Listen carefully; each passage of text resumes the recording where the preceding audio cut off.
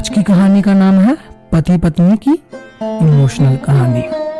तो दोस्तों, जब नई नई शादी होती है तो पति पत्नी में प्यार बहुत ज्यादा होता है। समय के साथ साथ प्यार कम होता जाता है और फिर एक दौर ऐसा आता है जब एक दूसरे के साथ बातचीत भी नहीं करते।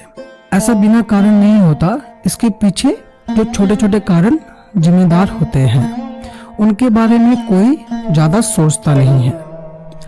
आज की कहानी आपको इन सब कारणों से अवगत कराएगी और सोचने पर मजबूर कर देगी, इसलिए इस कहानी को पूरी जरूर पढ़िए।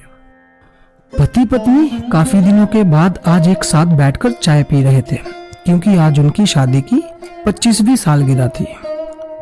पहले की तरह वह अब साथ में समय बिताते नहीं थे, ज्यादा साथ में एक दूसरे के पास बैठते भी नहीं थे और पता नहीं किन कारणों से उन दोनों के बीच की दूरी बढ़ती ही जा रही थी।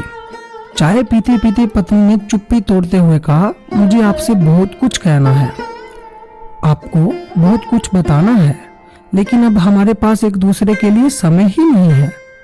मैंने इस बारे में बहुत सोचा है और मैंने इस सिचुएशन से निपटने का एक उपाय निकाला है। अगर आप राजी हो तो बताती हूँ। पति ने सिर हिलाकर हामी भरी। पत्नी ने टेबल के ड्रॉर से 2 डायरी निकाली और बोली, मैं ये 2 डायरी लेकर आई हूँ, एक आपके लिए और एक मेरे लिए। आज के बाद हम दोनों को एक दूसरे से जो भी शिकायत होगी वह हम अपनी अपनी डायरी में लिखकर रखेंगे। 1 साल बाद जब हमारी 26वीं एनिवर्सरी आएगी तब हम उसे खोलकर पढ़ेंगे। तब हमें एक दूसरों की उन चीजों या आदतों के बारे में पता चलेगा जो हमें नहीं पसंद है और हम उन्हें सुधार पाएंगे या कोई उपाय कर पाएंगे। पति को भी पत्नी का आइडिया पसंद आया और उसी दिन से डायरी में लिखना शुरू हो गया। देखते ही देखते 1 वर्ष बीत गया और 26वीं एनिवर्सरी का दिन आ गया। पति पत्नी दोनों ही डाइनिंग टेबल पर बैठकर चाय पी रहे थे और पास में दोनों की अपनी अपनी डायरी रखी हुई थी जो उन्हें एक दूसरे के साथ बदल दी। चाय खत्म करके पहले पति ने पत्नी की डायरी पढ़ना शुरू की। उस डायरी में काफी सारी शिकायतें थी, जैसे कि आज होटल में ले जाने के लिए वादा किया था लेकिन फिर भी नहीं लेकर गए। आज मेरे मायके में मेहमान आए थे, उनके साथ पति ने अच्छे से बात नहीं की। कितने महीनों बाद आज मेरे लिए साड़ी लाई लेकिन पुराने डिजाइन की। आज मेरे सीरियल देखने के समय पति ने चैनल बदलकर न्यूज चला दी। आज गिला तौलिया सोफे पर छोड़ दिया। ऐसी कई सारी शिकायतें डायरी पर पढ़ते पढ़ते पति की आंखों में आंसू आ गए। पति को काफी अफसोस हुआ। वो अपनी पत्नी से बोला, मुझे इन गलतियों के बारे में एहसास ही नहीं था, लेकिन अब मैं तुमसे वादा करता हूँ कि ऐसी गलतियां मैं अब फिर से नहीं दोहराऊंगा। अब पत्नी ने पति की डायरी खोली। पत्नी ने डायरी के कई सारे पत्र पलटे।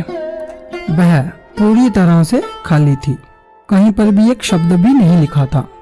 पत्नी बोली, आपने डायरी में कुछ लिखा ही नहीं है। पति बोला, आखिरी पत्र देखो, मैंने उसी पर लिखा है। उस पत्र पर लिखा था, तुमने मेरे लिए और मेरे परिवार के लिए इतने सालों का ये त्याग दिया है और हम सबको जितना प्यार दिया है उसके आगे मैं तुम्हारे खिलाफ इस डायरी में कुछ नहीं लिख सकता। और इससे भी जरूरी, मुझे कभी तुम में कोई कमी देखने की इच्छा हुई ही नहीं। ऐसा नहीं है कि तुम में कोई कमी नहीं है, लेकिन तुम्हारे प्यार, समर्पण और त्याग के आगे तुम्हारी कोई भी कमी बहुत छोटी है। मेरी अनगिनत गलतियों को नजरअंदाज करके तुमने इस कठिन जीवन में मेरे साय की तरह साथ दिया और हमेशा मेरे साथ खड़ी रही।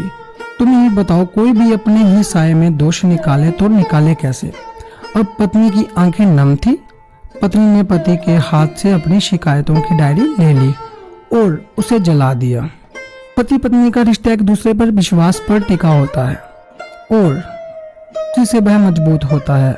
उम्र के एक दौर में पति पत्नी को एक बात अच्छे से समझ लेनी चाहिए कि एक दूसरे में गलतियां और कमियां निकालने की बजाय अगर ये याद रखा जाए कि उसके साथी ने उसके लिए कितना त्याग किया है, तो उससे उनका रिश्ता और भी ज्यादा मजबूत होगा। दोस्तों, छोटी सी इस कहानी को लिखने के पीछे मेरा प्रयास है कि इन दिनों पति पत्नी में बढ़ते जा रही दूरियां कम हो सके और खासकर गलत फहमियां की वजह से या सिर्फ बात ना करने की वजह से बढ़ती जा रही दूरियों को आराम से शांति से बैठकर बात करके कम किया जा सकता है या खत्म भी किया जा सकता है। तो दोस्तों, आज की कहानी से आपने क्या सीखा? अगर आपको कहानी अच्छी लगी तो लाइक कर देना और चैनल पे न्यू हो तो सब्सक्राइब कर देना और एक प्यारा सा कमेंट करके बता देना आपको कहानी कैसी लगी।